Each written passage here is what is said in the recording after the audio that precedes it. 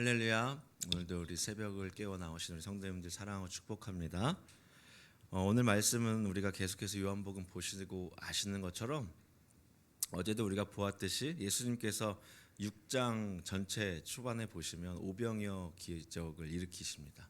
그래서 이 오병이어 사건이 있었던 때가 언제냐면 예수님의 공생의 3년 반 기간 중에 총 유월절이 3번 있잖아요. 그래서 3번의 유월절 중에 첫 번째, 두 번째는 예루살렘에 가셨는데 세 번째는 안 가세요. 그때 갈릴리 바다에서 기적을 일으키셨던 게 오병이어입니다. 그 사건을 이어서 계속해서 지금 바다를 건너가시고 그 다음에 오병이어 보리떡 5개와 물고기 2마리로 기적을 베푸셨던 일에 대해서 언급하시고 설교해 주시는 것이 바로 이 내용, 우리가 읽은 앞절들이죠. 그래서 가버나움 회당에서 지금 하늘에서 내려온 생명의 떡에 대해서 26절부터 58절까지 말씀하고 계세요.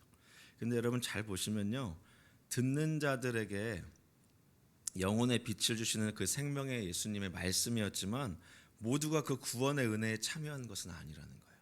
제가 우리 피택 직분자 우리 예비 권사님들 교육할 때 인간과 하나님을 볼 때 그 십자가에 대해서 설명할 때 이렇게 말씀드린 적이 있거든요. 인간과 하나님 사이에서 하나님께서 인간 편을 향하여서 십자가를 누구나 건널 수 있도록 놓아 주셨는데 그러나 아무나 건널 수 있는 건 아니라는 거예요. 여러분 복음도 그렇지 않습니까? 하나님께서 구원의 문을 모든 만민을 위하여서 열어 주셨는데 모두 구원받는 게 아니라는 거예요. 똑같습니다. 예배를 드리고 말씀을 듣고 기도를 하고 찬양을 하면서도 모두가 은혜 받는 게 아니라는 거예요. 그러면 왜 모두가 은혜 받지 않을까요? 자기 생각 때문에, 자기의 경험 때문에.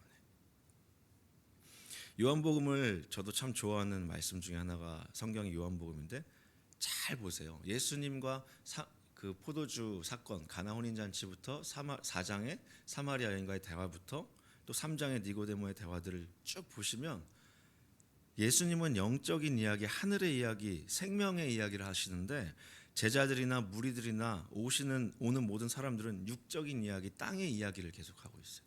이것이 요한복음이거든요. 그래서 요한복음은 생명에 대해서 강조하고 있습니다. 그래서 오늘도 우리가 이 말씀 60절 말씀에 제자 중 여럿이 듣고 말하되 이 말씀은 어렵도다.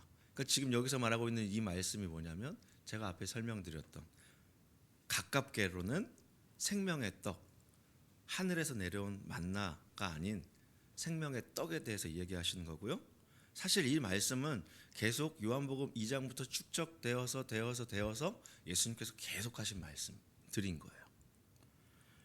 말씀을 듣는데도 따라는 다니는데도 정작 생명의 말씀을 얘기하실 때 이 말씀은 어렵도다. 누가 들을 수 있냐라고 얘기하고 있는 거죠.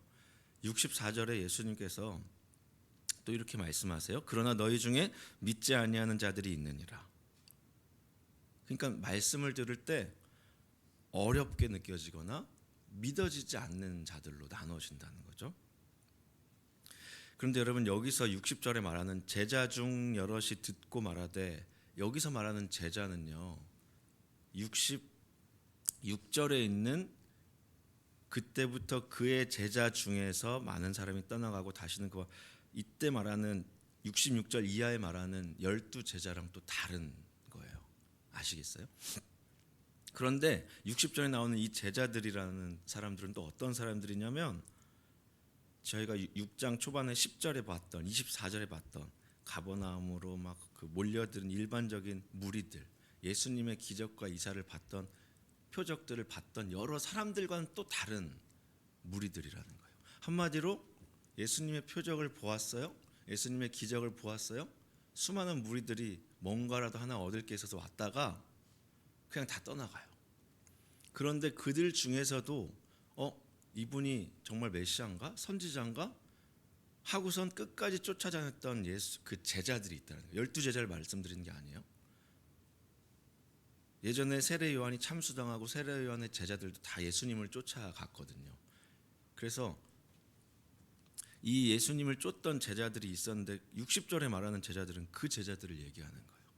그러니까 지금 우리로 치면은 그냥 제 개인적인 생각에 그래도 교회에서 신앙생활 열심히 했던 중직자들, 그래도 교회 신앙생활 10년, 20년, 30년 끝까지 어려워도 예수님을 따라다녔던 사람들이라는 거예요. 그런데 그들이 지금 예수님께서 정말 이제 죽음을, 십자가의 죽음을 앞두시고 생명의 말씀을 하실 때, 야, 이 말씀이 어렵다. 예수님도 알고 계시죠. 믿지 아니하는 자들이 있다. 그 말씀이 어려운 자, 이해가 안 되는 자, 말씀을 믿지 않는 자. 그 예수님께서는 61절에 이렇게까지 말씀하십니다. 예수님께서 스스로 제자들이 이 말씀에 대하여 수군거리는 줄 아시고 이르시되 이 말이 너희에게 걸림이 되느냐? 여러분, 걸림이 된다라는 말이 무엇입니까? 영어 성경으로 보면요, does this offend you라고 말하는 말이 뭐냐면, 이것이 당신을 불쾌하게 합니까? 이것이 기분 상하게 하나요? 그러니까 한마디로 복음이, 예수님의 말씀이, 야, 내가 생명의 떡이다, 나를 먹고 마시는 자라야 구원의 은혜에 참여한다라는 그 예수님의 말씀이 너에게 불쾌하게 하니, 기분 상하게 하니. 우리가 신앙생활 하다 보면 교회에서 기분 나쁘고 불쾌할 때가 많죠. 나를 따르지 않는 구역 식구들, 또 나와 맞지 않는, 생각이 맞지 않는 여러 사람들과 관계할 때.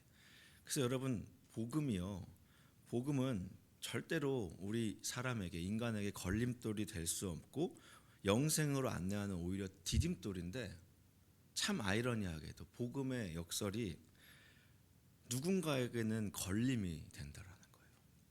생명의 말을 이야기하는데, 생명의 말로 권면을 하는데 넘어지게 한다라는 거죠. 성경에 많이 나와 있잖아요. 마가복음 10장 22절에도 부자 청년이 그러하지 않습니까? 그 사람은 재물이 많은 거로 이 말씀으로 인하여 슬픈 기색을 띠고 근심하며 가니라.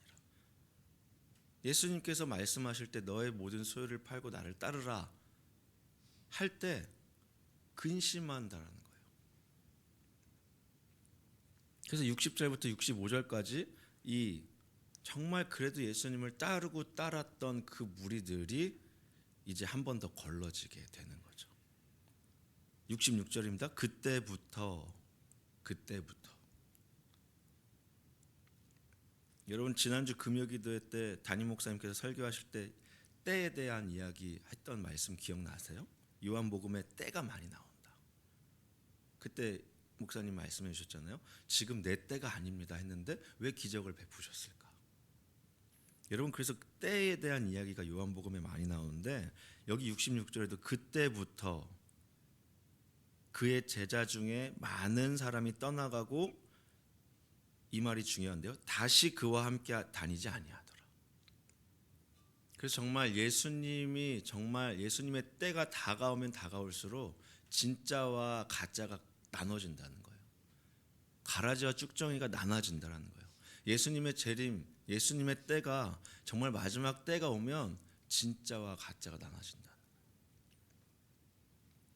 복음이 정확하게, 명확하게 전달이 되면 살리는 것은 영이니 육은 무익하다.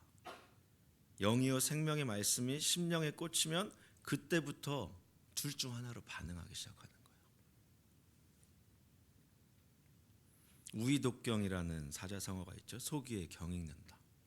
아무리 가르치고 일러주어도 알아듣지 못하거나 이해하지 못하는 어리석음을 비유할 때 이야기합니다.